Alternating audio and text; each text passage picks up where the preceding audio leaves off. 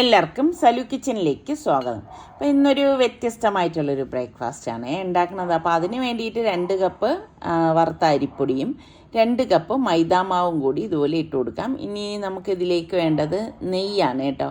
നെയ്ക്ക് പകരം നിങ്ങൾക്ക് ബട്ടർ വേണമെങ്കിലും ഉപയോഗിക്കാം. ഞാനിവിടെ 1 ടേബിൾ സ്പൂണോളം നെയ്യാണ് ഒഴിച്ചു കൊടുക്കുന്നത്. പിന്നെ നമുക്ക് പാകത്തിനുള്ള ഉപ്പും കൂടി ഇതിലേക്ക് ഇട്ട ശേഷം കൈകൊണ്ട് ഇത് നമ്മൾ പുട്ടിനൊക്കെ നനച്ചെടുക്കത്തില്ലേ, അതുമാതിരി ഒന്ന് മിക്സ് ചെയ്തെടുക്കണം. അപ്പം ആ നെയ്യൊക്കെ എല്ലായിടത്തും വരാൻ വേണ്ടിയിട്ടാണ് അങ്ങനെ ചെയ്യുന്നത്. പിന്നെ നമുക്ക് വേണ്ടത് പാലാണ്. ഇളം ചൂട് പാലാണ് ഞാനിവിടെ എടുത്തിരിക്കുന്നത്. ഞാനിവിടെ 1.5 കപ്പ് പാലെടുത്തിട്ടുണ്ട്. പാല് കുറേശ്ശെ ഒഴിച്ചിട്ട് വേണം നമ്മളിത് കുഴച്ചെടുക്കാൻ. അപ്പം നിങ്ങൾക്ക് തോന്നും ഇതിന് ഇത്രയും 1.5 കപ്പ് പാലൊക്കെ വേണമെന്ന് തോന്നും. വേണം, കാരണം നമ്മൾ വറുത്ത അരിപ്പൊടിയല്ലേ ഇതിലേക്ക് ചേർത്തിരിക്കുന്നത്. അപ്പം അത് കൊണ്ട് തന്നെ ഇത് നമ്മൾ പാലൊഴിക്കും തോറും ഇത് അബ്സോർവ് ചെയ്യും കേട്ടോ. അപ്പോൾ ഇതുപോലെ കുറേശ്ശെ ഒഴിച്ചിട്ട് വേണം നമ്മളിത് കുഴച്ചെടുക്കാനുള്ളത്. മൊത്തത്തിൽ ആദ്യമേ ഒഴിച്ച് അങ്ങനെ കുഴയ്ക്കാൻ നോക്കരുത് കേട്ടോ. അപ്പോൾ ഇതുപോലെ നമ്മൾ നല്ലതുപോലെ എല്ലായിടത്തും വരത്തക്ക രീതിയിൽ ഒന്ന് കുഴച്ചു കൊടുക്കണം. ഇതുപോലെ പാല് ഈ കുഴയ്ക്കുന്നതനുസരിച്ച് വേണം നമ്മളിതുപോലെ ഒഴിച്ചു കൊടുക്കാനുള്ളത്. അപ്പോൾ എപ്പോഴും ഒരുപോലെയുള്ള ബ്രേക്ക്ഫാസ്റ്റ് ഉണ്ടാക്കണ്ടെന്ന് വിചാരിച്ചാണ്, കുറച്ച് വ്യത്യസ്തമായിക്കോട്ടെ എന്ന് എഴുതിയിട്ടാണ് ഈ ഒരു രീതിയിലെ പലഹാരം ഉണ്ടാക്കണത്. അപ്പം നമ്മളിത് കുഴച്ച് വരുമ്പോൾ നല്ല സോഫ്റ്റ് ആയിരിക്കും കേട്ടോ ഈ ഒരു മാവ്. പിന്നെ നിങ്ങൾ പ്രത്യേകം ശ്രദ്ധിക്കേണ്ട കാര്യം, ഇളം ചൂടോടുകൂടി തന്നെ പാല് നമ്മളിതിലേക്ക് ഒഴിച്ച് കുഴച്ചെടുക്കാൻ പ്രത്യേകം ശ്രദ്ധിച്ചേക്കണം. കാരണം നമ്മളിതിൽ വറുത്ത അരിപ്പൊടി ഉപയോഗിച്ചത് കൊണ്ട് തന്നെ അങ്ങനെ ചെയ്ത് തന്നെ എടുക്കണം കേട്ടോ. അപ്പോൾ ഇതുപോലെ നല്ലതുപോലെ ഞാനിപ്പം കുഴച്ചെടുത്തിട്ടുണ്ട്. അപ്പോൾ ഇതൊരു അരമണിക്കൂർ നമുക്ക് റെസ്റ്റ് ചെയ്യാൻ മാറ്റി വെക്കാം. അപ്പോൾ പലഹാരത്തിന് പറ്റിയ എന്തെങ്കിലും ഉണ്ടാക്കണമല്ലോ. അപ്പോൾ ഞാൻ പാനിലേക്ക് ഓയിൽ ഒഴിച്ചു കൊടുത്തു. വെളിച്ചെണ്ണയാണ് ഞാനിപ്പം ഒഴിച്ചു കൊടുത്തിരിക്കുന്നത്. ഇതിലേക്ക് നമുക്ക് ഉലുവ, പെരിഞ്ചീരകം, പട്ട, ഗ്രാമ്പു ഇത്രയും ഇട്ട് കൊടുക്കുകയാണ് കേട്ടോ. എല്ലാം കുറേശ്ശെ എടുത്തിട്ടുള്ളൂ. എന്നിട്ട് ഞാനിവിടെ 3 മീഡിയം സൈസിലെ സവാളയാണ് ചോപ്പ് ചെയ്തെടുത്ത് വെച്ചിരിക്കുന്നത്. അതും കൂടി നമുക്കിതിലേക്ക് ഇട്ടിട്ട് ഒന്ന് വഴറ്റി കൊടുക്കാം. അപ്പോൾ സവാള കരിഞ്ഞു പോകാതിരിക്കാൻ പ്രത്യേകം ശ്രദ്ധിച്ചേക്കണം. ഇപ്പോൾ രാവിലെ ആകുമ്പോഴേക്ക് പലഹാരമൊക്കെ ഉണ്ടാക്കുമ്പോൾ എന്ത് കറി ഉണ്ടാക്കും എന്നുള്ളതാണ് അടുത്ത ഒരു ചോദ്യചിഹ്നം, ശരിയല്ലേ? അപ്പോൾ ഇതൊന്ന് വഴണ്ട് വരുന്ന സമയത്ത് നമുക്ക് 2 പച്ചമുളകും 1 ടീസ്പൂൺ ഇഞ്ചി വെളുത്തുള്ളി പേസ്റ്റും കൂടി ചേർത്തിട്ട് വേണം നമ്മളിത് വഴറ്റിയെടുക്കാനുള്ളത്. അപ്പോൾ എല്ലാം ചേർത്ത് നല്ലതുപോലെ ഒന്ന് വഴറ്റി കൊടുക്കുക. അപ്പോൾ ഇതുപോലത്തെ ഒരു പരന്ന സോസ് പാൻ ആകുമ്പോഴേക്ക് നമുക്ക് പെട്ടെന്ന് ഇതൊന്ന് വഴണ്ട് കിട്ടും കേട്ടോ. അപ്പം ഉള്ളിയൊക്കെ ഒന്ന് വഴണ്ടി വന്നിട്ടുണ്ട്. അപ്പോൾ ഈ ഒരു സമയത്ത് നമുക്കിതിലേക്ക് കുറച്ച് കറിവേപ്പിലയും കൂടി ചേർത്ത് കൊടുക്കണം. അപ്പോൾ കറിവേപ്പിലയൊക്കെ ചേർക്കുമ്പോൾ നല്ലൊരു മണമല്ലേ വരുന്നത്. ഇനി നമുക്കിതിലേക്കുള്ള പൊടികളൊക്കെ കൂടി ചേർത്ത് കൊടുക്കാം. ഞാനിവിടെ കാശ്മീരി ചില്ലി പൗഡർ 2 ടീസ്പൂണും 1 ടീസ്പൂൺ മഞ്ഞൾപ്പൊടിയും 2 ടീസ്പൂൺ ഗരം മസാല പൊടിയും 1 ടീസ്പൂൺ മല്ലിപ്പൊടിയും പാകത്തിനുള്ള ഉപ്പും കൂടി ഇട്ട ശേഷം ഇതുപോലെ ഒന്ന് ഇളക്കി കൊടുക്കാം. അപ്പോൾ ആ പൊടികളുടെയൊക്കെ ആ പച്ച മണം മാറത്തക്ക രീതിയിൽ നമ്മളിത് ഒന്ന് ഇളക്കിയെടുക്കണം കേട്ടോ. അപ്പോൾ ഇതുപോലെ ഒന്ന് ഇളക്കി കൊടുക്കുന്നുണ്ട്. ഇനി നമുക്ക് ഇതിലേക്ക് ഞാനിവിടെ കഴുകി വൃത്തിയാക്കി വെച്ചിരിക്കുന്ന 1/2 കിലോ ചെമ്മീനാണ് കേട്ടോ. അതും കൂടി ഇതിലേക്ക് ഇട്ട് കൊടുക്കാം. ശരിക്കും ഇത് ഫ്രോസൺ ചെമ്മീനാണ് കേട്ടോ. ഇങ്ങനെ ഞാൻ വാങ്ങിയതാണ്. അപ്പോൾ നമ്മൾ ഈ ഫ്രോസൺ ചെമ്മീനൊക്കെ വാങ്ങിക്കുന്നതിൽ നിന്നും എന്തുകൊണ്ടും നല്ലത് നമുക്ക് ഫ്രഷ് ആയിട്ട് കിട്ടുന്ന ചെമ്മീൻ വാങ്ങിച്ചിട്ട് ഉപയോഗിക്കുന്നതാണ്. ഇത് ഇടയ്ക്ക് മീനൊന്നും കിട്ടാതിരുന്ന ആ ഒരു സമയത്ത് ഞാൻ വാങ്ങി വെച്ചതാണ്. പക്ഷേ ഞാൻ ഉണ്ടാക്കിയിട്ടില്ലായിരുന്നില്ല. അപ്പോൾ ഇതിനൊക്കെ ഡേറ്റും കാര്യങ്ങളൊക്കെ ഉള്ളതുകൊണ്ട് ഫ്രീസറിൽ ഇരിക്കുകയായിരുന്നു. അപ്പോൾ ഇന്നാണ് ഞാൻ ഇതൊന്ന് എടുത്ത് വാഷ് ചെയ്തൊക്കെ എടുത്തത്. അപ്പോൾ നിങ്ങൾക്കൊക്കെ എങ്ങനെ, ഫ്രോസൺ ആണോ ഇഷ്ടം, ഫ്രഷ് ആയിട്ട് വാങ്ങിച്ച് ഉപയോഗിക്കുന്നതാണോ ഇഷ്ടം? പിന്നെ ഇപ്പം എടുത്തില്ലെങ്കിൽ പിന്നെ എനിക്കതൊരു മടിയാവും. അതുകൊണ്ടാണ് ഞാൻ എടുത്തത്. അപ്പോൾ ഇടയ്ക്ക് ഇത് അടപ്പ് തുറന്ന് ഇളക്കി കൊടുത്തു. നന്നായിട്ട് ഇളക്കിയ ശേഷം 1 തക്കാളി അരിഞ്ഞതും കൂടി നമുക്കിതിലേക്ക് ചേർത്ത് കൊടുക്കാം. എപ്പോഴും മീനൊക്കെ നമ്മൾ ഫ്രഷ് ആയിട്ട് ഉപയോഗിക്കുന്നത് തന്നെയാണ് നല്ലത് കേട്ടോ. അപ്പം നമ്മൾ വീട്ടിൽ തന്നെ ആയാലും വാങ്ങിയിട്ട് ഫ്രീസറിൽ വെച്ചിട്ട് പിന്നെ 2 ദിവസം കഴിഞ്ഞ് എടുക്കുമ്പോൾ അതിൻ്റെ ആ ഒരു ടേസ്റ്റൊക്കെ നഷ്ടപ്പെടും. അപ്പോൾ ഇതുപോലെ ഒന്ന് ഇളക്കി കൊടുക്കണം. അടപ്പൊന്ന് മാറ്റിയിട്ട് ചെമ്മീനായതുകൊണ്ട് തന്നെ പെട്ടെന്ന് വെന്ത് കിട്ടുകയും ചെയ്യും. പിന്നെ ഈ ഫ്രോസൺ ചെമ്മീനൊക്കെ ആകുമ്പോൾ വളരെ വേഗം തന്നെ വെന്ത് കിട്ടും കേട്ടോ.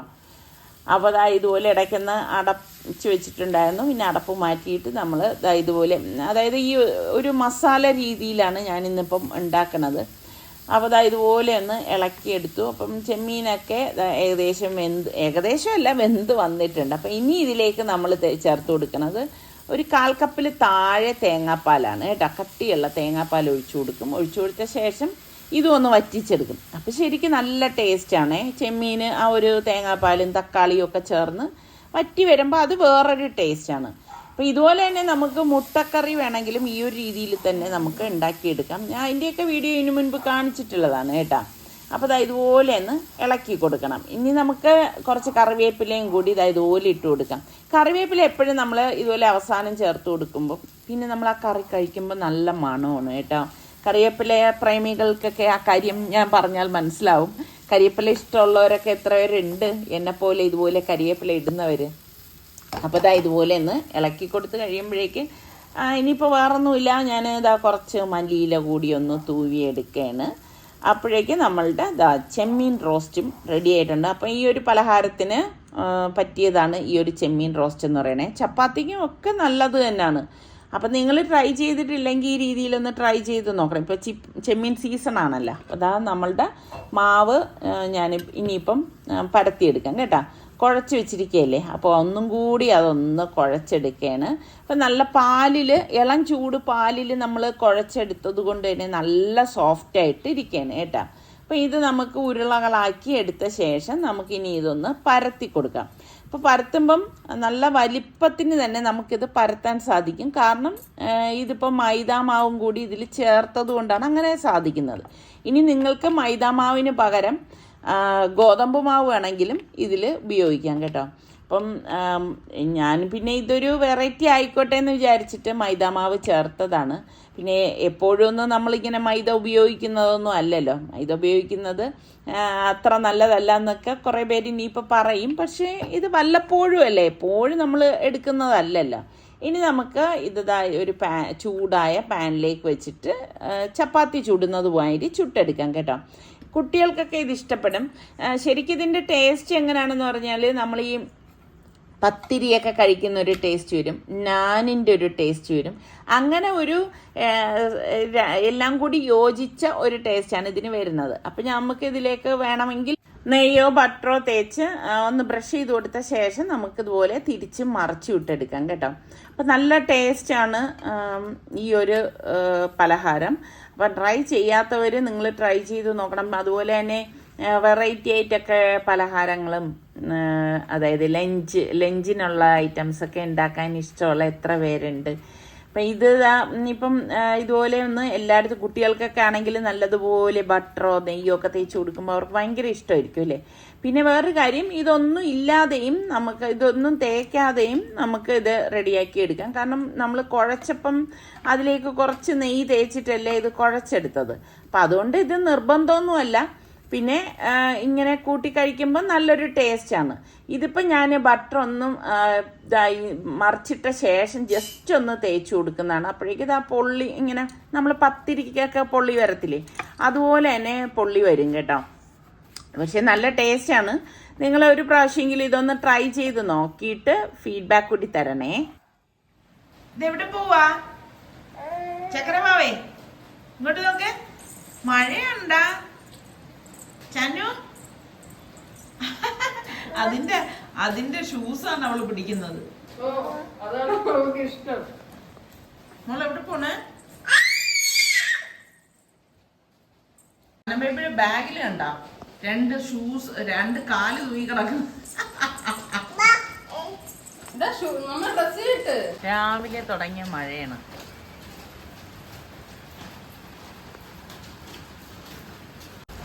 നിങ്ങളുടെ അവിടെയൊക്കെ മഴയുണ്ടോ?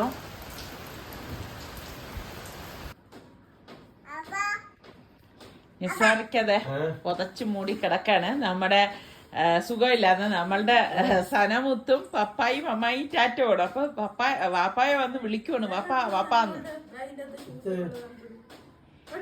സനബേബിയുടെ പുതിയ ബാഗ് ഉണ്ടോ?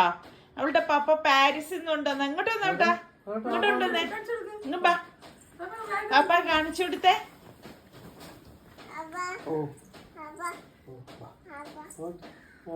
ആ ഷൂസ് തൂക്കിയിരിക്കുന്നുണ്ടാ?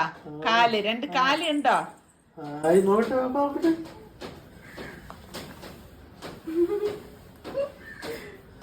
കാല് തൂങ്ങിയിട്ടുണ്ട്. സന ബേബി തലയിലോ പോണം. പപ്പ ചുമ്മാ കൊടുത്തില്ല. പാപ്പ ഇല്ലാതെ സന ബേബി ടാറ്റ പോണു. സനു സനു ആ ബാഗ് കാരണം മോള് നിക്കുന്ന നോക്കിയേ, സന നിക്കുന്ന നോക്കിയേ. ബാഗ് ഊര് വാപ്പാക്ക് ടാറ്റ കൊടുത്തേ. മോള് ടാറ്റ പോന്നു എന്ന് പറയും. എഴുന്നേറ്റ് വരാൻ അല്ലാന്ന്. അവൾക്ക് വാപ്പ കിടക്കണ ഇഷ്ടമല്ല കേട്ടോ. വിളിക്കുന്ന നോക്കിയേ. മോള് പോയിട്ട് വാ. വാപ്പാക്ക് ടാറ്റ കൊടുക്കും മോളെ. വാപ്പാക്ക് ടാറ്റ കൊടുക്ക്. ഫ്ലൈങ് കിസ് കൊടുത്തേ. സനു ഫ്ലൈങ് കിസ് കൊടുക്കും വാപ്പാക്ക്. ഇവിടെ വാ. വാപ്പ കണ്ടില്ല. ഉമ്മന്നറ.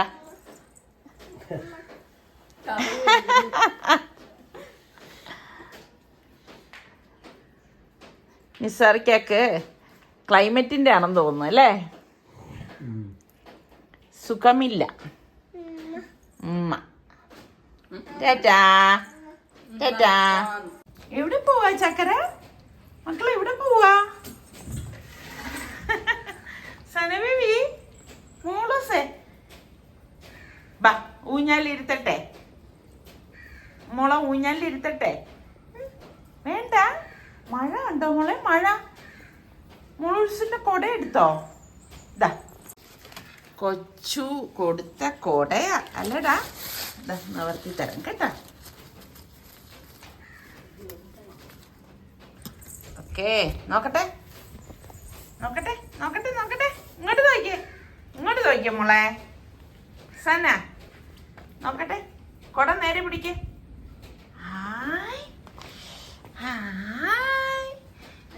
സനബേബിക്ക് ഒരുങ്ങി ഇറങ്ങി അപ്പ ഇറങ്ങണം അല്ലേ? ഇല്ലേടാ ചക്കരക്കുട്ടി? വെയിറ്റിംഗ് പറ്റൂല. ആണോടാ? ക്ഷമയില്ല. ഇപ്പൊ ഇറങ്ങണം. ഇപ്പം ആദ്യം ഒരുങ്ങി ഇറങ്ങിയത് സനബേബിയാണ്. അതുകൊണ്ടാണ് ക്ഷമയില്ലാത്തത്. പൊതുവെ കുഞ്ഞുങ്ങളെല്ലാവരും ഇതുപോലെയാണല്ലോ. അവർ ഒരുങ്ങി കഴിഞ്ഞ് കഴിഞ്ഞാൽ പിന്നെ അവർക്ക് ഒട്ടും ക്ഷമ ഉണ്ടാവത്തില്ല. അപ്പം ഞാൻ എപ്പോഴും ഫാബി മോളെടുത്ത് പറയുന്നതാണ്, എവിടെ പോകാനാണെങ്കിലും നിങ്ങൾ ആദ്യം റെഡിയായ ശേഷം ലാസ്റ്റ് മാത്രമേ കുഞ്ഞിനെ ഒരുക്കാവൂ. അല്ലെങ്കിൽ അവൾ അതിങ്ങനെ പ്രതീക്ഷിച്ച് നിൽക്കത്തില്ലേ.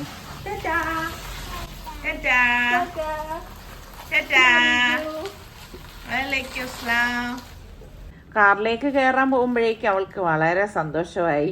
കാരണം ഇനിയിപ്പം പോവുകയാണെന്നറിയാമല്ല. അങ്ങനെ അവരെ പറഞ്ഞു വിട്ട ശേഷം ഞാൻ നേരെ കിച്ചണിലേക്ക് വന്നു. ഇപ്പോൾ അതാ ഒരു ബൗളിലേക്ക് ഞാൻ 2 കപ്പ് മൈദാ മാവ് ഇട്ട് കൊടുക്കുകയാണ്. ഇതിലേക്ക് നമുക്ക് പാകത്തിനുള്ള ഉപ്പും കൂടി ഇട്ടിട്ട് ഒന്ന് മിക്സ് ചെയ്ത് കൊടുക്കാം. അപ്പോൾ ശരിക്കും ഈ ചെറിയൊരു മഴയത്തൊക്കെ കഴിക്കാൻ പറ്റിയൊരു ഐറ്റമാണ് കേട്ടോ.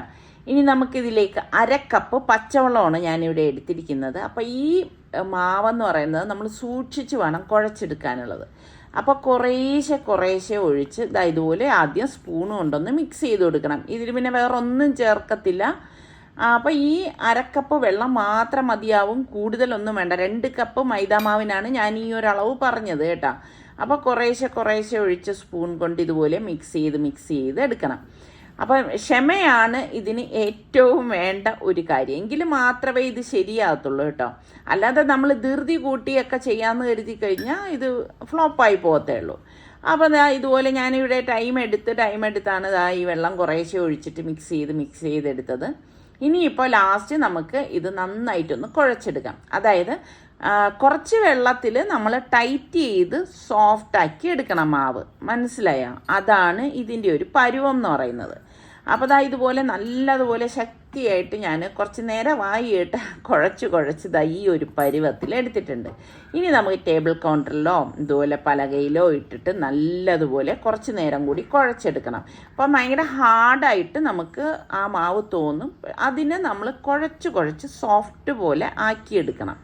ഇനി ലാസ്റ്റാണ് നമ്മളിതിലേക്ക് 1 ടീസ്പൂൺ വേണ്ട അതിൽ താഴെ നെയ്യും കൂടെ തേച്ചിട്ട് ഇതുപോലെ ഒന്ന് കുഴച്ചു കൊടുക്കുന്നത്. കുഴയ്ക്കാനാണ് ഇതിൻ്റെ ടൈം എടുക്കുന്നത് അത്രയും, അല്ലാതെ ഇത് സംഭവം ഭയങ്കര എളുപ്പമാണ് കേട്ടോ. എന്തായാലും ഇതാ കുഴച്ച് വരുമ്പോൾ എന്താ നിങ്ങൾക്കിപ്പം കാണുമ്പോൾ മനസ്സിലാവും, ആദ്യം കുഴച്ചെടുത്തതുപോലെയല്ല, നല്ല സോഫ്റ്റായിട്ട് വന്നിട്ടുണ്ട്. അപ്പം ഇതൊന്ന് മാറ്റി വെക്കണേ. ഒരു അരമണിക്കൂർ അതവിടെ ഇരുന്നൊന്ന് റെസ്റ്റ് ആവട്ടെ. അരമണിക്കൂറിന് ശേഷം ഞാൻ ഇതാ വീണ്ടും ഈ മാവൊന്ന് എടുത്ത ശേഷം വീണ്ടും ഒന്ന് വേണമെങ്കിൽ കുഴയ്ക്കാം, അല്ലെങ്കിൽ കുഴപ്പമൊന്നുമില്ല. അതായത് ഇതുപോലെയാണ് ഈ മാവ് ഇരിക്കുന്നത്. ഇതാ തൊട്ട് നോക്കുമ്പോൾ അറിയാമല്ലോ. എനിക്കാണെങ്കിൽ ഞാൻ കുഴച്ച് വെച്ച് കഴിഞ്ഞാൽ ജസ്റ്റ് ഒന്ന് ആ സമയമാകുമ്പോൾ വീണ്ടും ഒന്ന് കുഴയ്ക്കാം. അപ്പം 2 ആക്കി ഞാനൊന്ന് എടുത്തു. ഇനി നമുക്ക് ഇത് നല്ലതുപോലെ ഒന്ന് പരത്തിയെടുക്കണം കേട്ടോ. എത്രത്തോളം കനം കുറച്ചിട്ട് നമുക്ക് പരത്തിയെടുക്കാവോ ആ രീതിയിൽ നമ്മളിതൊന്ന് പരത്തി കൊടുത്താൽ മതി. പരത്തുമ്പോഴേക്ക് ചപ്പാത്തി പോലെ സ്മൂത്തായിട്ട് നമുക്ക് പരത്തിയെടുക്കാൻ പറ്റണം എന്നൊന്നുമില്ല. കുറച്ച് ടൈറ്റ് ആയിരിക്കും. ഞാൻ പറഞ്ഞില്ല, അതാണ് ഇതിൻ്റെ ഒരു പരുവം എന്നുള്ളത്. അപ്പോൾ കുറച്ച് നമ്മളൊന്ന് ബലം പ്രയോഗിച്ചതാ ഇതുപോലെ ഒന്ന് പരത്തി കൊടുത്താൽ മതി കേട്ടോ. എത്രത്തോളം വലിപ്പത്തിൽ പരത്താവോ അത്രത്തോളം വലിപ്പത്തിൽ ഇതൊന്ന് പരത്തിയെടുത്താൽ മതി. ഇപ്പോൾ 2-3 പേരൊക്കെ ഉണ്ടെങ്കിൽ നമുക്ക് ഈസി ആയിട്ട് പെട്ടെന്ന് ഇത് തയ്യാറാക്കി എടുക്കാനായിട്ട് പറ്റും കേട്ടോ. അപ്പോൾ ഇതിപ്പം നമ്മൾ മൈദാമാവ് ആയതുകൊണ്ടാണ് ഇങ്ങനെ വലിഞ്ഞ് വരുന്നത്. ഞാൻ പറഞ്ഞില്ലേ, വലുതാക്കി അതങ്ങ് പരത്തി കൊടുക്കുക. പിന്നെ നമ്മൾ എളുപ്പത്തിന് വേണ്ടിയിട്ട് റൗണ്ടായിട്ട് ഇനിയിപ്പം എടുക്കണം. അപ്പം ഞാൻ 2 മാറ്റി വെച്ച പീസ് ഞാൻ ഇതുപോലെ പരത്തി എടുത്തിട്ടുണ്ട്. എന്നിട്ട് നമുക്കിതാ ഇതുപോലെ ചെറിയ വാവട്ടം ഉള്ളതിൽ വെച്ചിട്ട് ഇതുപോലെ ഒന്ന് കട്ട് ചെയ്തെടുക്കണം. എളുപ്പമാണ് നമ്മളിങ്ങനെ കട്ട് ചെയ്തെടുക്കുന്നത് കേട്ടോ. അപ്പം ഏറ്റവും ചെറുതെടുക്കുന്നതാണ് ഏറ്റവും നല്ലത്. ഈ ഒരു സൈസ് കേട്ടോ, ഇത്രേൻ്റെ ആവശ്യമേ ഉള്ളൂ. അത് ഞാൻ പറഞ്ഞത് 2-3 പേരുണ്ടെങ്കിൽ നമുക്ക് പെട്ടെന്ന് റെഡിയാക്കി എടുക്കാമെന്ന് പറഞ്ഞത്. ഇതാണ് നമ്മളുടെ ഈ മാവിൻ്റെ ഒരു സൈസ് എന്ന് പറയുന്നത്. ഇത്രയും മതി കേട്ടോ. ഇത് കൂടണ്ട. എന്നാൽ ഇത് കുറഞ്ഞു കഴിഞ്ഞാലും ഭയങ്കര പാടാവും കേട്ടോ. ഇനി നമുക്ക് ഫില്ലിംഗ് ഒക്കെ വയ്ക്കാനുള്ളതല്ലേ. അപ്പം ഈ ഒരു രീതിയിലാണ് ഇത്. തമ്മിലൊട്ട് ഒന്നും ചെയ്യത്തില്ല. അപ്പം ഞാൻ ഇടിയിറച്ചി ഉണ്ടാക്കിയിട്ട് ഫ്രീസറിൽ വെച്ചത് ഞാൻ ഇതിനു മുൻപുള്ള വീഡിയോയിൽ കാണിച്ചത് നിങ്ങൾ ഓർക്കുന്നുണ്ടോ? ആ ഇടിയിറച്ചിയാണ് ഈ കാണുന്നത്. അപ്പോൾ ഇങ്ങനെയൊക്കെ ഉള്ള റെസിപ്പികൾക്ക് ഒരുപാട് ഹെൽപ്പ് ചെയ്യും കേട്ടോ. അപ്പോൾ ഇത് ചിക്കൻ്റെ അല്ല കേട്ടോ, ഇത് നല്ല പോത്തിറച്ചിയുടെ ഇടിയിറച്ചിയാണ്. അപ്പം ഞാനത് ഒന്ന് കുറച്ചെടുത്ത്, ഇത്രയും മാത്രം മതിയാകും. ഒന്ന് മൈക്രോവേവിലൊന്ന് ഒരുപാട് ചൂടാക്കിയില്ല, ജസ്റ്റ് ഒന്ന് ചൂടാക്കി എടുത്തു. ഇനി ഇത് വെച്ചിട്ടാണ് നമ്മളിത് ഫില്ല് ചെയ്യുന്നത് കേട്ടോ. അപ്പോൾ ഒരുപാട് ചൂടായി കഴിഞ്ഞാൽ നമ്മൾ ഈ മാവിനകത്തേക്ക് വെക്കുമ്പം അത് ശരിയാകത്തില്ല, അതുകൊണ്ടാണ് കേട്ടോ. അപ്പോൾ ഇതുപോലെ നമ്മൾ ഈ മാവിനുള്ളിലേക്ക് വച്ചിട്ട് അങ്ങ് സൈഡ് അങ്ങ് ഒട്ടിച്ചു കൊടുക്കും. അപ്പം ഞാൻ അടുത്തൊരു വെള്ളം വെച്ചിട്ടുണ്ടായിരുന്നു. വെള്ളം വേണമെങ്കിൽ എടുത്താൽ മതി, എനിക്കതിൻ്റെ ആവശ്യമില്ല. ഞാൻ നിങ്ങളുടെ അടുത്ത് പറയാൻ വേണ്ടിയിട്ട് അവിടെ എടുത്ത് വെച്ചു എന്നേ ഉള്ളൂ. നമ്മളിങ്ങനെ ഒന്ന് പ്രസ് ചെയ്യുമ്പോൾ തന്നെ അതങ്ങ് ഒട്ടി വന്നോളും കേട്ടോ. അതാണ് നമ്മൾ പറയണത്, നമ്മൾ എത്രത്തോളം നന്നായിട്ട് കുഴയ്ക്കോ അത്രത്തോളം നന്നായിട്ട് ഇത് വരും. അതുപോലെ തന്നെ നമ്മൾ ഈ അട പൊരിച്ചെടുത്തിട്ട് കുറേ ദിവസം ഇരിക്കാനുള്ളതല്ലേ. അപ്പോൾ ടിന്നിലിട്ട് വയ്ക്കുമ്പോൾ എപ്പോഴും നല്ല ക്രിസ്പി ആയിട്ടിരിക്കണം. അതുകൊണ്ടാണ് നമ്മളിത് കുഴയ്ക്കാൻ അത്ര എഫേർട്ട് എടുത്തിട്ടൊക്കെ നമ്മൾ കുഴച്ചെടുത്തത്. അട ഉണ്ടാക്കുന്ന എക്സ്പേർട്സൊക്കെ ഇത് ശരിക്കും മുറുക്കിങ്ങനെ തിരിക്കുന്നത് മാതിരി പെട്ടെന്ന് തിരിച്ചെടുക്കാൻ പറ്റും. ഞാൻ അതിൽ എക്സ്പേർട്ടൊന്നുമല്ല. അപ്പോൾ എളുപ്പത്തിൽ ചെയ്യാൻ പറ്റുന്ന കാര്യം എങ്ങനെയാണെന്ന് വെച്ച് കഴിഞ്ഞാൽ, നമ്മൾ ഈ ഫോർക്ക് കൊണ്ട് നമുക്ക് സൈഡ് അങ്ങ് പ്രസ് ചെയ്ത് കൊടുത്താൽ മാത്രം മതി കേട്ടോ. ചിലർ നന്നായിട്ട് ഇതിങ്ങനെ പിരിച്ചെടുക്കും. പക്ഷെ എനിക്കതെന്തോ അത്ര ഒരു വാക്കില്ല കേട്ടോ. എല്ലാവർക്കും എല്ലാം ഒക്കണം എന്നൊന്നും ഇല്ലല്ലോ.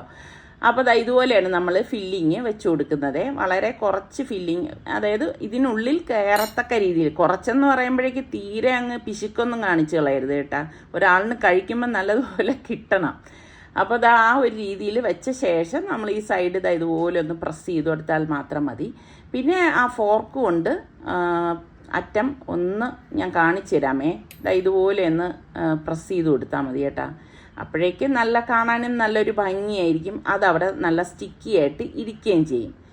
അപ്പം ഇതുപോലെ അട ഉണ്ടാക്കാൻ, അതായത് കൂടുതൽ ആൾക്കാരും എനിക്കൊന്ന് കോഴിയടയാണ് ഉണ്ടാക്കുന്നതെന്ന് തോന്നുന്നു. പക്ഷേ കോഴിയടയെക്കാളും ടേസ്റ്റ് കൂടുതൽ ഇതിന് തന്നെയാണ് കേട്ടോ. പിന്നെ എനിക്ക് കിച്ചണിൽ നിന്നിട്ട് ചെയ്യാൻ ഭയങ്കര ബുദ്ധിമുട്ടേ.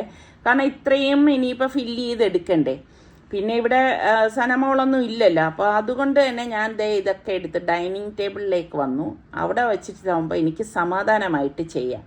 അപ്പം നിസാറിക്ക് ഇതിനിടയിൽ ബാങ്ക് കൊടുത്തപ്പോഴേക്ക് നിസാറിക്ക് എഴുന്നേറ്റ് പള്ളിയിലേക്ക് പോയി. അപ്പം ഞാൻ മാത്രമേ ഇവിടെയുള്ളൂ. പിന്നെ ഞാൻ നിസ്കരിച്ച് കഴിഞ്ഞ് വന്ന ശേഷമാണ് ഞാൻ മാവ് എടുത്തിട്ട് ഒന്ന് പരത്താനായിട്ടൊക്കെ നിന്നത്. കാരണം അല്ലെങ്കിൽ പിന്നെ ഇതിൻ്റെ കൂടെ നിന്ന് കഴിയുമ്പോൾ പിന്നെ ഇതെല്ലാം തീർത്തിട്ടങ്ങ് മാറണമല്ലോ. ഇപ്പം എന്നെപ്പോലെ അങ്ങനെയുള്ളവരുണ്ടോ? ഇപ്പം നമ്മളൊരു ജോലി ചെയ്യുമ്പോഴേക്ക് അത് ഇട്ടേച്ച് വേറൊരു ജോലിയിലേക്ക് പോകുന്നത് എനിക്കിഷ്ടമില്ല കേട്ടോ. നമ്മൾ എന്ത് ജോലിയാണോ ചെയ്യണത് അതങ്ങ് തീർത്തിട്ട് അടുത്ത ജോലിയിലേക്ക് പോവുകയാണ് ഞാൻ ചെയ്യണത്. തീർത്തിട്ടെന്ന് പറയുമ്പോഴേക്ക് എന്നാൽ കഴിയുന്ന കാര്യങ്ങളാണെങ്കിൽ അതിനോടൊപ്പം തന്നെ ഞാനത് ചെയ്തു തീർക്കാൻ ശ്രമിക്കുക. അല്ലാതെ ഒരെണ്ണം പെൻഡിങ് ഇട്ടിട്ട് അങ്ങനെ പോകുന്ന ഒരാളല്ല ഞാൻ. അപ്പം അങ്ങനെയുള്ള എത്ര പേരുണ്ട്? ചിലർ ഞാൻ കണ്ടിട്ടുണ്ട് കേട്ടോ. ഒരു ജോലി ചെയ്ത് അതവിടെ ഇടും, അടുത്ത ജോലി ചെയ്ത് അതവിടെ ഇടും. ആ ചുരുക്കം പറയാൻ ഒരു ജോലി നടക്കത്തുമില്ല. അതായത് കണ്ട ഇത് ഇത്രയും റെഡിയാക്കി എടുത്തപ്പോൾ ആകെ ഇത്രയാണ് കിട്ടിയിരിക്കുന്നത് കേട്ടാ. കാണുമ്പോൾ കുറേ ഉണ്ടെന്ന് തോന്നി അല്ലേ? അപ്പം ഇതാണ് സംഭവം. ഇനിയിപ്പം നമുക്ക് ഇത് പൊരിച്ചെടുക്കണം. നിസാർക്കാണെങ്കിൽ പനിയില്ല, ജലദോഷമാണ് ഉള്ളത്. അപ്പം ഞാൻ പറഞ്ഞു പള്ളിയിലേക്ക് പോകണ്ട, ഇവിടെ നിസ്കരിക്ക്, വയ്യാത്തതല്ലേ എന്ന് പറഞ്ഞപ്പോഴേക്ക് എണ്ണ ചൂടായപ്പോഴേക്ക് ഞാൻ അതിലേക്ക് ഇട്ടിട്ട് ഫ്രൈ ചെയ്തെടുക്കുകയാണേ. അപ്പം നിസാർക്ക് പറഞ്ഞ കുഴപ്പമില്ല, എനിക്ക് പള്ളിയിൽ പോയിട്ട് നിസ്കരിക്കണം, മാസ്കൊക്കെ ഇട്ടിട്ടാണ് പള്ളിയിലേക്ക് പോയത്. ഇപ്പം ഈ മഴയും കൂടി ഉണ്ടല്ലോ. അപ്പം നിസാർക്കൊക്കെ അല്ലെങ്കിൽ എന്തോ പോലാണ് കേട്ടാ പള്ളിയിൽ പോയില്ലെങ്കിൽ. ഒട്ടും വയ്യെങ്കിൽ പിന്നെ പോകത്തൊന്നുമില്ല. ഇത് പിന്നെ അത്രയ്ക്ക് കുഴപ്പമില്ലല്ലോ എന്നൊക്കെ പറഞ്ഞു അങ്ങനെ പോയതാണ്. അപ്പോൾ ഇതുപോലെ ഫ്രൈ ചെയ്തെടുക്കണം കേട്ടോ. വീട്ടിൽ ആരും ഇല്ലെങ്കിൽ ഇങ്ങനെ, അതായത് നമുക്ക് കുറേ സമയം കിട്ടുന്നതായിട്ട് ഫീൽ ചെയ്യും കേട്ടോ. അപ്പോൾ അതുകൊണ്ടാണ് ഞാൻ ഇങ്ങനെയുള്ള പണികളിലൊക്കെ ഏർപ്പെടുമ്പോഴേക്ക് നമുക്കും ഒരു എന്ന് പറയാൻ ഒരു ബോറടിയൊന്നും ഉണ്ടാകത്തില്ല. അപ്പം ഇതാകുമ്പോഴേക്ക് ഇങ്ങനെ പൊരിച്ച് വെച്ച് കഴിഞ്ഞാൽ ഇപ്പം പിള്ളേർക്കൊക്കെ അങ്ങോട്ടും ഇങ്ങോട്ടൊക്കെ പോകുമ്പോഴേക്ക് ഓരോന്നെടുത്ത് കഴിക്കുകയും ചെയ്യാമല്ലോ. അപ്പം നല്ലൊരു ഗോൾഡൻ കളർ ആകുമ്പോഴേക്ക് നമുക്ക് അതായത് ഫ്രൈ ചെയ്ത് മാറ്റാം. അപ്പം എൻ്റെ ഈ ഒരു കടായി എന്ന് പറയുന്നത് മാന്നാർ ക്രാഫ്റ്റിൽ നിന്നുള്ള നമ്മളുടെ ബ്രാസിൻ്റെ കടായിയാണ് കേട്ടോ. അടിപൊളി കേട്ടോ. അപ്പം ഇനിയിപ്പോൾ ഇത് കാണുമ്പോൾ പലരും ചോദിക്കും ഇത് എവിടെ നിന്നാണെന്ന്. അതുകൊണ്ടാണ് ഞാനത് എടുത്തു പറഞ്ഞത്. അപ്പോൾ ആവശ്യമുള്ളവരൊക്കെ മാന്നാർ ക്രാഫ്റ്റിൽ നിങ്ങളത് സെർച്ച് ചെയ്ത് കഴിഞ്ഞാൽ നല്ല നല്ല ഇതുപോലത്തെ ബ്രാസിൻ്റെ ഐറ്റംസൊക്കെ ഉണ്ട് കേട്ടോ. അപ്പോൾ ഇതുപോലെ നല്ല ഗോൾഡൻ കളർ വരെ നമുക്കിത് ഫ്രൈ ചെയ്തെടുക്കാം. പിന്നെ കുറേ ഓയിലൊക്കെ ഉപയോഗിച്ച് നമ്മൾ വലിയ കടായിയൊക്കെ എടുക്കുകയാണെങ്കിൽ നമുക്ക് പെട്ടെന്ന് ജോലി ഒതുക്കാം. പക്ഷെ നമ്മളിത് വീട്ടിൽ ആവശ്യത്തിനല്ലേ. അപ്പോൾ നമ്മൾ ഈ ഉള്ള ഓയിലെല്ലാം കൂടി കോരി ഒഴിച്ച് അതിൻ്റെ ആവശ്യമില്ലല്ലോ. കുറച്ച് നേരം ഇവിടെ നിന്നാലും ഇത് ഫ്രൈ ചെയ്ത് എടുക്കണം എന്ന് മാത്രമേ ഉള്ളൂ കേട്ടോ. നല്ല ഒരു കരിമുരാന്നിരിക്കും കേട്ടോ. നമ്മൾ ഈ സമോസയ്ക്കും ഈ ഒരു രീതിയിൽ തന്നെയാണ് കുഴയ്ക്കുന്നത്. പക്ഷെ സമോസ എന്ന് പറയുമ്പോൾ കുറച്ച് കഴിയുമ്പോൾ അത് തണുത്തു. ഇത് പക്ഷെ അങ്ങനെയല്ല. അതുകൊണ്ടാണ് സൂക്ഷിച്ച് ചെയ്യേണ്ടത്. അപ്പോൾ നിസാറിക്കയുടെ സ്കൂട്ടറിൻ്റെ സൗണ്ട് ഞാൻ കേട്ടു. അപ്പോൾ എനിക്കറിയാം വരുന്ന ടൈം കേട്ടോ. അതുകൊണ്ട് ഞാൻ പാല് വെച്ചതാണ് ചായക്ക് വേണ്ടിയിട്ട്. അപ്പം ഞാൻ വിചാരിച്ചു ശരി ചായയും ഈ കോഴിയടയും കൂടി കൊടുക്കാം. സോറി കോഴിയടയല്ല, കോഴിയടന്നേ വരത്തുള്ളൂ. നമ്മുടെ ബീഫിൻ്റെ പോത്തിറച്ചിയുടെ അട. നിസാറിക്ക കഴിക്കുമോ എന്നുള്ളതൊന്നും എനിക്കറിയത്തില്ല. എന്തായാലും കൊണ്ടുവച്ച് നോക്കാം, ചിലപ്പോൾ കഴിച്ചാലോ. എനിക്കാണെങ്കിൽ ഈ പറഞ്ഞ മാതിരി നല്ല കടുപ്പത്തിൽ ചായ കുടിക്കണം. പ്രത്യേകിച്ച് ഈ ചെറിയ മഴയൊക്കെ പെയ്തുകൊണ്ടിരിക്കുമ്പോൾ ഉണ്ടല്ലോ, നമുക്ക് ഇങ്ങനെയൊക്കെയുള്ള ഐറ്റംസൊക്കെ കഴിക്കാൻ തോന്നത്തില്ലേ? നിങ്ങൾക്കൊക്കെ എങ്ങനെയാണ്? ഇന്നലെ എനിക്കാണെങ്കിൽ സത്യം പറഞ്ഞാൽ നല്ല മരിച്ചീനി പുഴുങ്ങിയൊക്കെ കഴിക്കണം എന്നുണ്ടായിരുന്നേ. പിന്നെ അതൊക്കെ എൻ്റെ കയ്യിലില്ല. പിന്നെ പോയി വാങ്ങണം. ഈ മഴയത്തൊക്കെ പോയി വാങ്ങിക്കാമെന്ന് പറഞ്ഞാൽ ആകെ മെനക്കേടാണ്. അതുപോലെ ചായ കുടിക്കണമെങ്കിൽ നല്ല അടിച്ച ചായ തന്നെ കുടിക്കണം കേട്ടോ. എനിക്ക് നല്ല കടുപ്പത്തിൽ അടിച്ച ചായ കുടിക്കുമ്പം അതൊരു പ്രത്യേക ഉന്മേഷവും ഉണർവും ഒക്കെ തന്നെയാണ്. എന്നെപ്പോലുള്ളവരൊക്കെ ഒന്ന് പറയുക കേട്ടോ. പിന്നെ നമ്മൾ ഈ അട ഉണ്ടാക്കുമ്പോഴുള്ള ഫില്ലിംഗ് എന്ന് പറയുന്നതിൽ ഒട്ടും ജലാംശം കാണാൻ പാടില്ല. അത് പ്രത്യേകം ശ്രദ്ധിച്ചിരിക്കണം. ഇതിൻ്റെ ഫില്ലിംഗ് ഉണ്ടാക്കണതിൻ്റെ വീഡിയോ, എൻ്റെ മുന്നത്തെ വീഡിയോ നിങ്ങൾ നോക്കിയാൽ കാണാൻ പറ്റും കേട്ടോ. അപ്പോൾ ഇത് നല്ല ക്രിസ്പി ആയിട്ടാണ് ഇരിക്കുന്നത്. അപ്പോൾ ഇതിൻ്റെ ഉൾവശം പൊടിക്കാൻ തന്നെ വലിയ പാടാണ് കേട്ടോ. നല്ല കറുമുറാന്നിരിക്കും കേട്ടോ കഴിക്കുമ്പോൾ. അടിപൊളി ടേസ്റ്റ് കേട്ടോ. നിങ്ങൾ ഉണ്ടാക്കാത്തവരാണെങ്കിൽ ഒരു പ്രാവശ്യമെങ്കിലും ഉണ്ടാക്കി നോക്കണേ. നല്ല കാറ്റല്ലേ? ചെറിയ മഴയുണ്ട്. നിങ്ങളുടെ അവിടെയൊക്കെ മഴയുണ്ടോ? ഇതിപ്പോ ഇന്നലെയും ഇതുപോലത്തെ കാലാവസ്ഥയായിരുന്നു. ഇന്ന് വീക്കെൻഡ് ആയതുകൊണ്ട് എന്ത് സ്പെഷ്യലൊക്കെ കാര്യമെല്ലാം ഉണ്ടാ? എന്തുവാ ഇത്? അട എന്താടാ? എന്താടാ അല്ല, എന്താടാ? ചിക്കൻ. ഇടിയിറച്ചി ഉണ്ടാക്കി അന്ന് ഫ്രീസറിൽ വെച്ചില്ലേ? ആ ഇടിയിറച്ചി. ചൂടോടെ കഴിക്കാൻ നല്ല അടിപൊളി. അല്ല, ഇത് ടിന്നിലിട്ട് വെക്കാം, നല്ല കരിമുരാന്ന് തന്നെ ഇരിക്കും. നമ്മൾ ആ കുഴയ്ക്കുന്നതില് കുറച്ചൊരു ക്ഷമയോട് കൂടിയിട്ട് ചെയ്യണം, അത്ര മാത്രമേ ഉള്ളൂ. ഇതെന്തിനാണ് കഴിഞ്ഞ സമയം ഇതുപോലെ പൊരിക്കാതെ അങ്ങനെ ആക്കിയിട്ട് ഫ്രീസറിൽ വെക്കും. നോയമ്പിനൊക്കെ ചെയ്തില്ലേ? അത്രയൊന്നും ഇപ്പൊ മനക്കെടാനൊന്നും വയ്യാണ്ട്. കാരണം ഒന്നാമത് എന്തോ ഒരു ഹെൽത്തിനൊരു ഉണർവ് കിട്ടുന്നില്ല. കഴുത്തൊക്കെ ഇങ്ങനെ വേദനയുണ്ട്, ഇങ്ങനെ ബാക്ക്. ഈ ക്ലൈമറ്റിന്റെ ആണോ എന്തോ, സനവേവി ഇല്ലാത്തോണ്ട് എന്തോ പോലെ അല്ലേ? ജലദോഷം എന്നൊക്കെ പറഞ്ഞിട്ട് ഇതൊക്കെ തിന്നാവോ? വിസ്മയല്ലേ അങ്ങ് തിന്നുക. നല്ല കൊരുമുരാന്ന്. ശരിയാണോ എന്തോ ഈ ജലദോഷവും ഒക്കെ വരുമ്പോ തൊണ്ടകുത്തൊക്കെ വരുമ്പം എണ്ണ മെഴുക്ക് കഴിച്ചൂടാന്ന് പറയും. ശരിയാണോ എന്ന് അറിഞ്ഞോ? പുളിപ്പുള്ളത് കഴിച്ചൂടാന്ന് പറയും. നിസാരിക്കായേ എന്താണ് കഴിച്ചൂടാത്തത്? അത് കഴിക്കണമെന്ന് തോന്നുന്നു.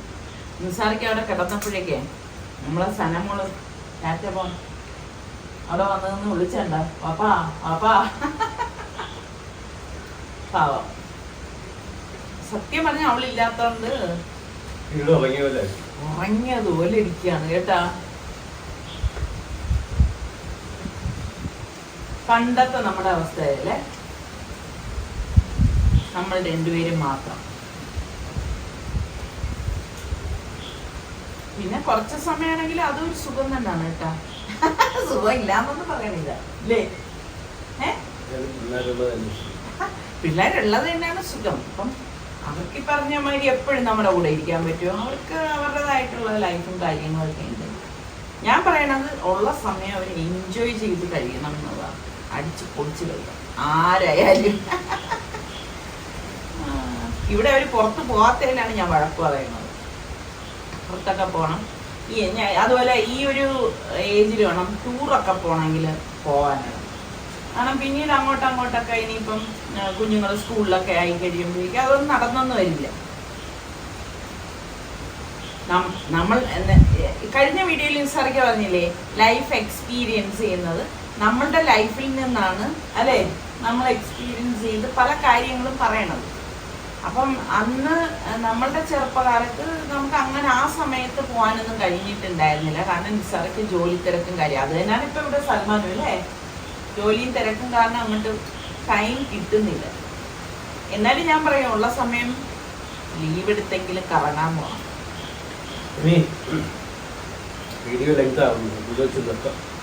നല്ല മഴ പെയ്യണേ, മഴ കാണിച്ചു തരാം. അപ്പം ഇനി നമുക്ക് അടുത്ത എപ്പിസോഡിൽ കാണാം. പിന്നെ നമ്മുടെ ചാനൽ ഇഷ്ടപ്പെടുകയാണെങ്കിൽ സബ്സ്ക്രൈബ് ചെയ്യാതെ, ഞാൻ ചുമ്മാ പറയണാണോ അത്, സബ്സ്ക്രൈബ് ചെയ്യാതെ ആരെങ്കിലുമൊക്കെ കാണുകയാണെങ്കിൽ, നിങ്ങൾക്ക് ഇഷ്ടപ്പെടുകയാണെങ്കിൽ സബ്സ്ക്രൈബ് ചെയ്യണം. ആ ബെല്ലൈക്കൺ പ്രസ് ചെയ്യണം. അപ്പോൾ ഒരു ഓൾ എന്നൊരു ഓപ്ഷൻ വരും, അതും കൂടി ക്ലിക്ക് ചെയ്യുമ്പോൾ ഞങ്ങൾ വീഡിയോസൊക്കെ പോസ്റ്റ് ചെയ്യുമ്പോൾ നിങ്ങൾക്ക് നോട്ടിഫിക്കേഷനൊക്കെ കിട്ടും കേട്ടോ. മഴ കാണിച്ചു തരാമേ. അപ്പോൾ നമുക്കിനി അടുത്ത വീഡിയോയിൽ കാണാം കേട്ടോ.